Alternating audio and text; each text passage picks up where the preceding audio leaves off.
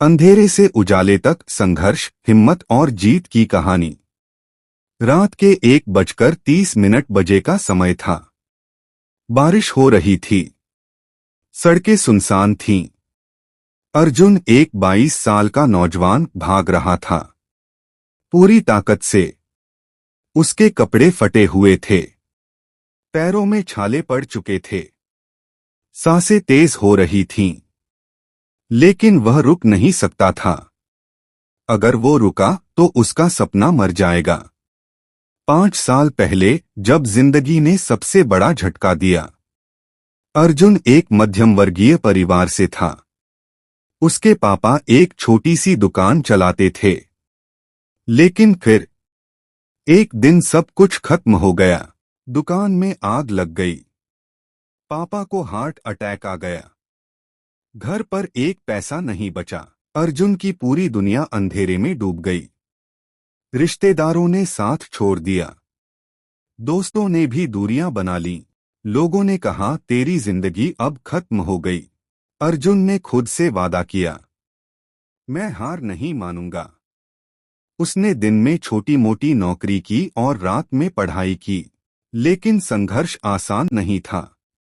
कभी खाने के पैसे नहीं होते थे, कभी स्ट्रीट लाइट के नीचे पढ़ना पड़ता था, कभी किसी से उधार मांगनी पड़ती थी।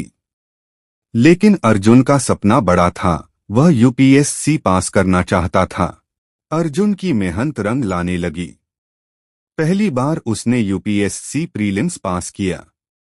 लेकिन तभी उसके सबसे अच्छे दोस्त ने उसे धोखा दे दिया। जिस दोस्त पर वह सबसे ज्यादा भरोसा करता था, उसी ने उसके पैसे चुरा लिए। वो पैसे जो अर्जुन ने अपनी कोचिंग फीस के लिए बचाए थे। अर्जुन पूरी तरह टूट चुका था। अब कोई पैसा नहीं, कोई उम्मीद नहीं, कोई सहारा नहीं। क्या अर्जुन हार मान जाएगा?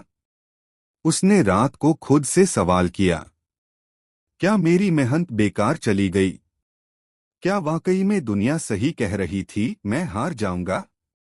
लेकिन तभी उसकी मां आई और उन्होंने सिर्फ एक बात कही, जिस इंसान को हर कोई छोड़ देता है, उसी का भाग्य सबसे बड़ा बनता है।